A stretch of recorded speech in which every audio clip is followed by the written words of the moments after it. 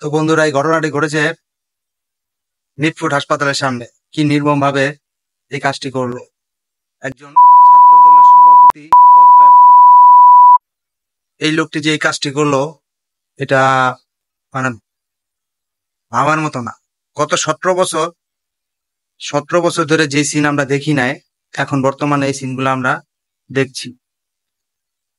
তো আমার একটাই বলার কথা, সরকারের কাছে, বর্তমানে যে সরকার, ডক্টর ইউনূস সাহেবের কাছে, দেশটাকে এখনো ঠিক করুন।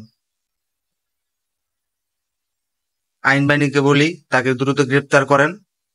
একজন বাঙালির উপরে যে এরকম নির্মম অত্যাচার করবে, এটা জনগণ মেনে নেবে না, কখনো মেনে নেওয়ারও না। দয়া করে আইন বাহিনীকে বলছি, আপনারা দ্রুত ওকে শাস্তি দেন, ওকে ধরুন, গ্রেপ্তার করুন, দ্রুত শাস্তি দেন।